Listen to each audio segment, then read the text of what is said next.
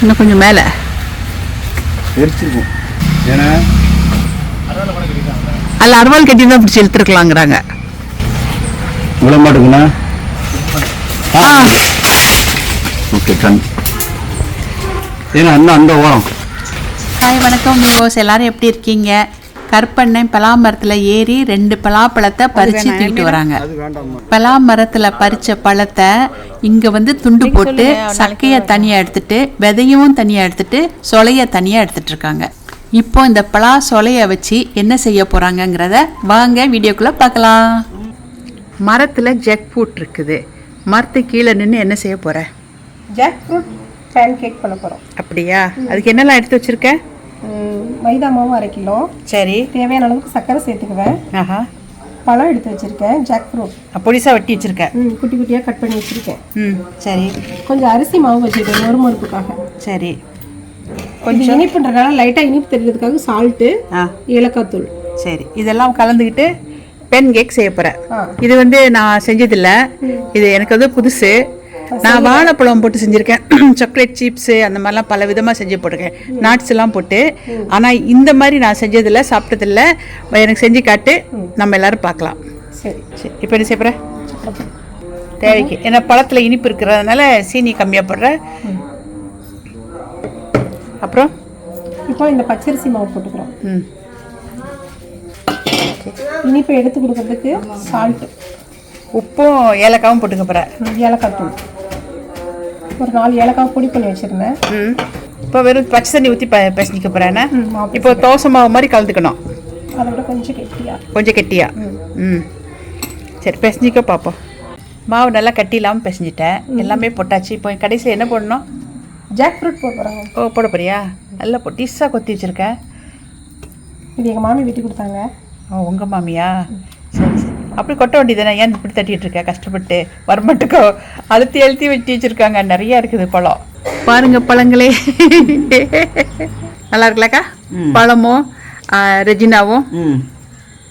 இந்த சமயத்தில் உங்களுக்கு சீனி அதிகம் தேவை அப்படின்னா, இனிப்பு தேவைன்னா நீ கூட கொஞ்சம் போட்டுக்கலாம். ஏன்னா இப்போல்லாம் சீனி கம்மி பண்ணணும்னு சொல்கிறாங்களா, அதனால் நீ கம்மியாக போட்டிருக்க இல்லையாம்மா? ஆமாம், இந்த பழத்தில் இனிப்பு இருக்கும். ஆமாம். கருப்பட்டி வேணா கூட கருப்பட்டியை கொஞ்சம் காய்ச்சிட்டு ஊற்றிக்கலாம். இலைக்கு ஊற்றி தண்ணிக்கு பதிலாக அதை ஊற்றிக்கலாம். தேங்காய் பால் தேவைப்பட்டவங்க கொஞ்சம் தேங்காய் பால் கூட போடலாம்.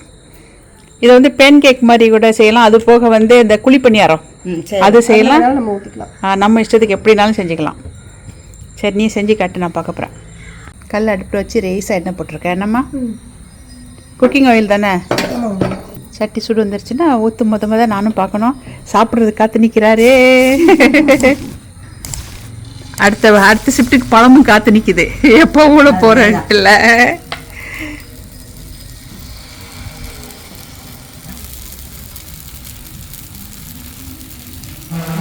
அதான் ஒன்று என்ன, பஸ் போகிறான், பஸ்காரன் போகிறான். ஓ, ஜெயராம். இதுக்கு என்ன போடலை, சின்ன கல் 3 போதும். என்னம்மா? வடியாமல் விட்டு அடுப்பெலாம் வடிடுவோம். முன்னாடியெல்லாம் மாமியார் மருமகளுக்கு கற்று தருவாங்களாம். அந்த காலம். இந்த காலம் நான் எங்கள் மாமியாருக்கு கற்றுத்தரேன். சரி, கற்றுக் கொடுங்க. முட்டை போடுறவங்க முட்டை போட்டுக்கலாம். நாங்கள் வந்து முட்டை போட்டுக்கல. நல்லா இருக்குது, பார்க்க அழகாக இருக்குது, நன்றாக இருக்கிறது. ரெஜினாவின் பலாப்பழ தோசை. பலாப்பழ தோசை, சிம்பிளாக சொல்லிட்டு பலாப்பழ தோசை. இப்போ இது தயாராகி வந்துடுச்சு, எடுக்கலாம். எடுக்க போறியா? சரி, இது வந்துருச்சு.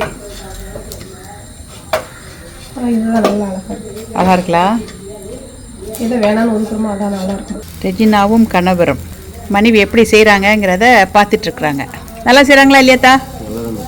நல்லா தான் செய்கிறாங்களா? சத்தமாக பேசுங்க. இது வரைக்கும் இந்த மாதிரி செஞ்சு பார்த்ததில்லை. உங்களுக்கு செஞ்சு கொடுக்கலன்னு சொல்லுங்க. அப்படி சொல்லுங்க. நீங்க அங்கங்க வேலைக்கு போயிருப்பீங்க. அரிசி தோசை. இது நீங்க எல்லா நேரம் செஞ்சிருக்காங்க பல்கு, நல்லா இருக்குதான். மகளும் வந்து சொல்லிட்டு போனாங்க இந்த மாதிரி செய்யலாம் அப்படின்ட்டு. ரெஜினா வாய முடிச்சு நான் எல்லாம் சொல்லி முடிச்சுட்டு செஞ்சு கொடுப்பாங்களாம்.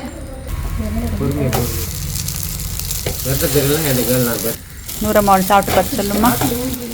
ஆற்றுல மீன் பிடிக்கிற மாதிரியா? நானாக சாப்பிட்டு பார்த்து சொல்கிறேன். இது நான் தான் வாட்டி சாப்பிட்டு பார்க்க போகிறேன். எப்படி இருக்குன்னு நான் சொல்ல போகிறேன். சாப்பிட்டு சொல்லுங்க என்னோடது எப்படி இருக்குன்னு. வாழைப்பழத்தை செஞ்சு சாப்பிட்ருக்கேன்.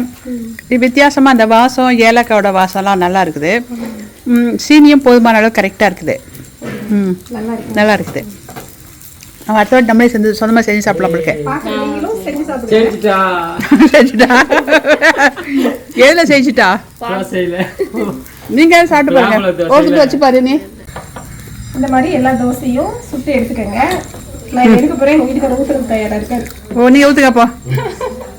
இதே மாதிரி எல்லாத்தையும் சுட்டு எடுத்துக்கோங்க. இன்னும் வந்து ஆச்சி ஐயர் 2 பேரும் சேர்ந்து சுட போகிறாங்களாம். அவங்க சுட்டு முடிக்கட்டும். நம்ம ஸ்டைலில் ரெஜினாவோட பலாப்பழ பேன் கேக் செய்கிறத பார்த்தோம். ரெஜினா வந்து அவங்க கணவருக்கு கற்றுக் கொடுக்குது. அவங்க கற்றுக் கொடுக்கட்டும். இந்த வீடியோ உங்கள் எல்லாத்துக்கும் பிடிச்சிருக்கிறதுனால நண்பர்களுக்கும் உறவினர்களுக்கும் பகிர்றதோட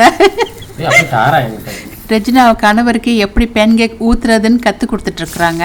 உங்கள் கருத்துக்களை காமெண்டில் சொல்லுங்கள். நீ விட்டுரு. நீங்கள் ஊற்றுங்கட்டா. அவ்வளோ தைரியமாக அவங்க ஊற்றுறாங்க. அப்புறம் என்ன? ஆமாம், தோசை தானே. என்ன வந்துடும்? தோசை தான் வந்துடும். ஊற்றுங்கத்தா. அவ்வளோதானே. இங்கே ஆமாம், தள்ளி போங்க. என்னம்மா நம்ம ஸ்டைல் சேனலோட சேர்ந்து வாங்க. கலகலப்பாக இருக்கும். எப்படி தொந்தி தள்ளிக்கிட்டா எங்க அண்ணனுக்கு வழி விட முடியல. இதுவரைக்கும் நம்ம ஸ்டைலோடு இணைந்து வந்ததற்கு நன்றி.